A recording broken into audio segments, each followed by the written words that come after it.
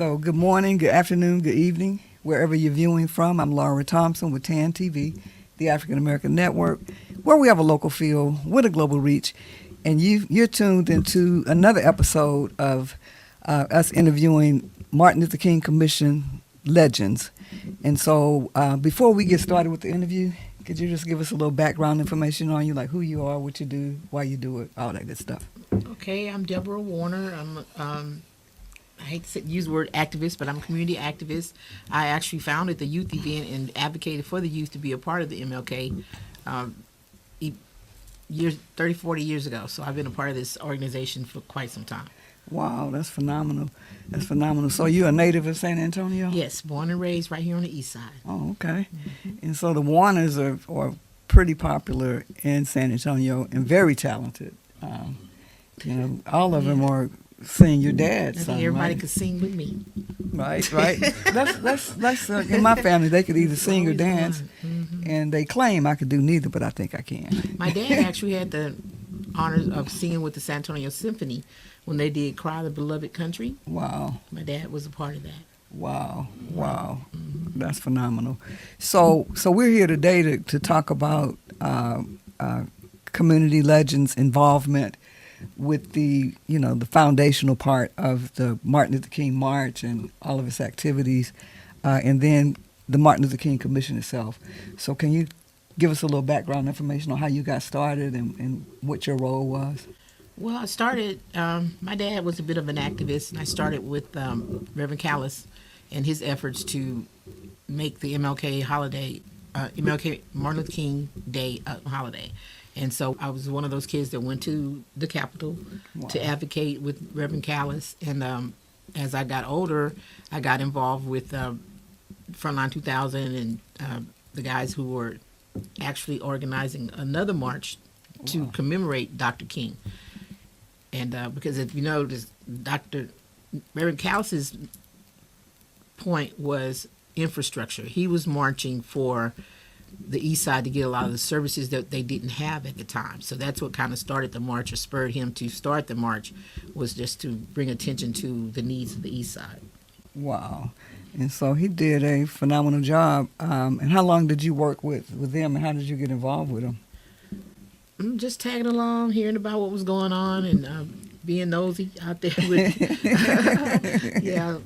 I said, I don't mind marching and being the squeaky wheel. So I did join that effort just for something to do, I guess. Wow. So then, fast forward, you started participating in the Martin Luther King Commission. When did you start working with the commission, and what was your role? Well, actually, I started working with the March Committee before the city took over and the MLK Commission was sanctioned, with John Sanders, Mario Salas, T.C. Calvert, and those guys actually started marching for civil rights in San Antonio. So I kind of joined that effort through Frontline 2000 and stayed with it. And as it grew and the city took over, I continued to advocate for youth participation and for the youth to learn about Dr. King and the civil rights movement and what it meant to our community. Wow, so that's a huge endeavor, and there's some history that a lot of people might not know, and I've been knowing you for a long time, and I didn't know that you were instrumental in advocating and getting that passed. Yes, it took a lot, and there was one chair that finally put it in the bylaws that we would annually have the youth event. Reverend Hayes did that, put it in the bylaws so that they could no longer ignore the kids in their need for that knowledge too. Wow. Well, what are some of the activities that you organized, and why you selected some of the themes that you did for those events? Well, we tried to stay with the current events and have things that the kids enjoy, mostly with the music. We tried to bring the music in because if you bring the music, that would bring the kids, and once you got them in, you could teach them once you got them into to the table.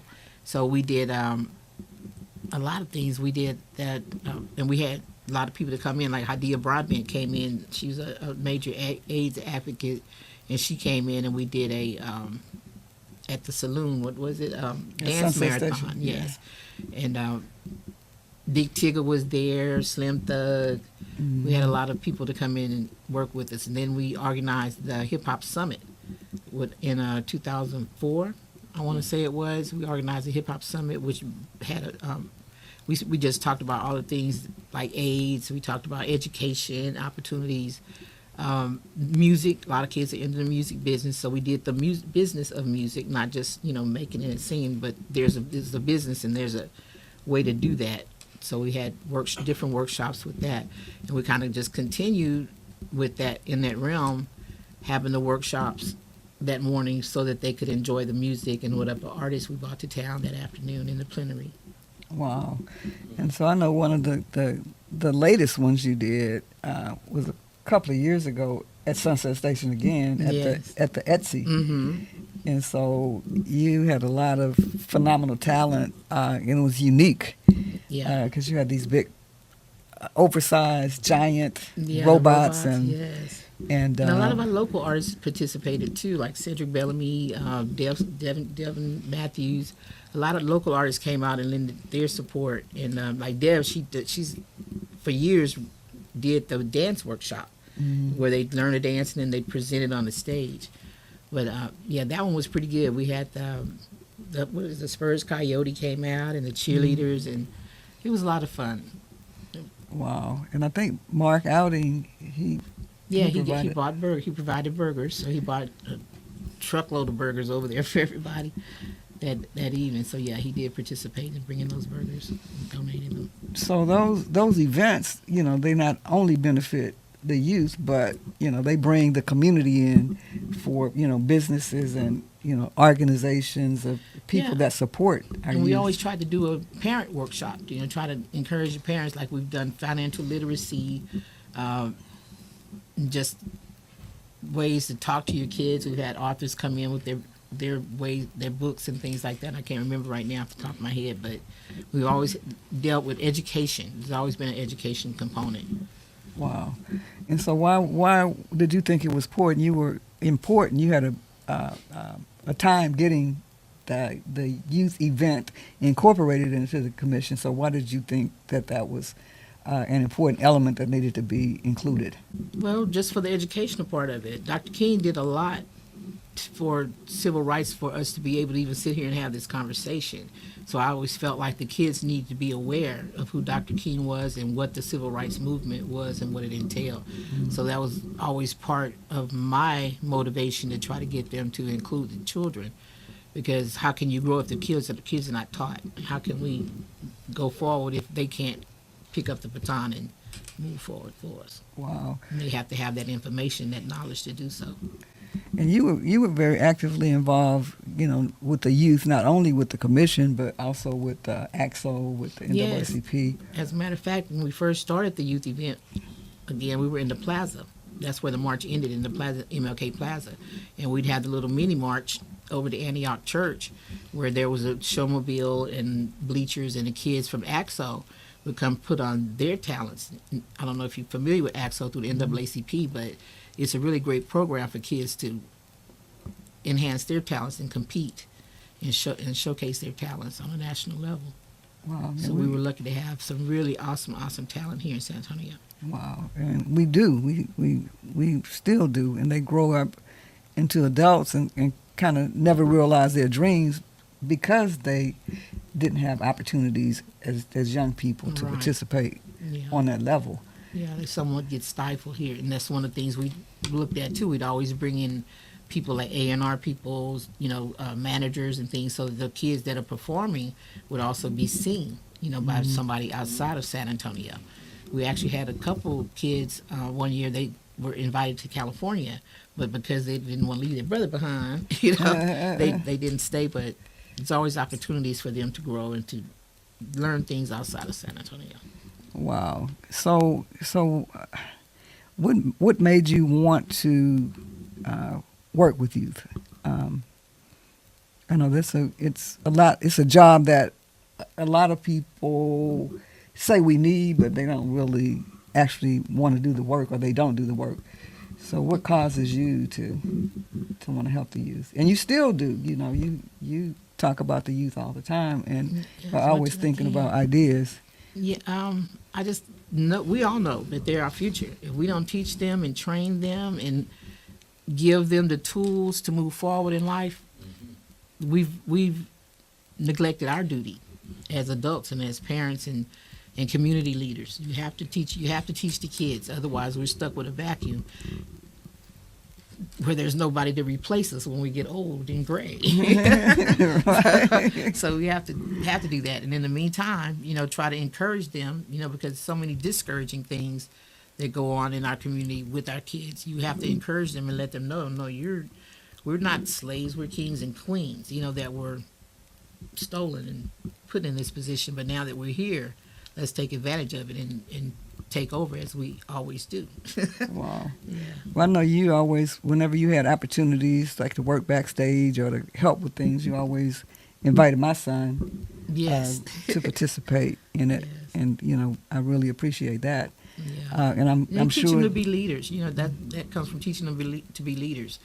If you give them a task and they run with it, like Ashton, he was always right on top of him. Whatever you told him to do, he's gonna get it done, in a timely manner. So a lot of kids, they just need that training and that opportunity. Mm-hmm. So we commend you, for the work Thank you. that you have done and what you continue to do. As a matter of fact, we were having a conversation yesterday, and she's not going to let it go, right? So she wants to do a citywide talent show for Right. the young people in San Antonio. Yes, we're trying to pull that off for February. So Right. we're working on it. And some of our friends, like I said, we've always brought people in from Austin, Callies. I have a friend that has a school in Callies that teaches the music business. Again, Wow. we're back to that. And they would come down every year for the event and do something, bring her talent, and we'll do a workshop. So you have people all over Texas that were rooting for our kids. Wow. And again, Deborah comes from a family of entertainers and musicians and artists. And she says she can't sing, but she's always promoted it. Yeah, So I encourage. somebody's got to promote it. Yeah. And so, again, we commend you for the work that you do and that you continue to do. You are one of San Antonio's legends. Thank you. In this town.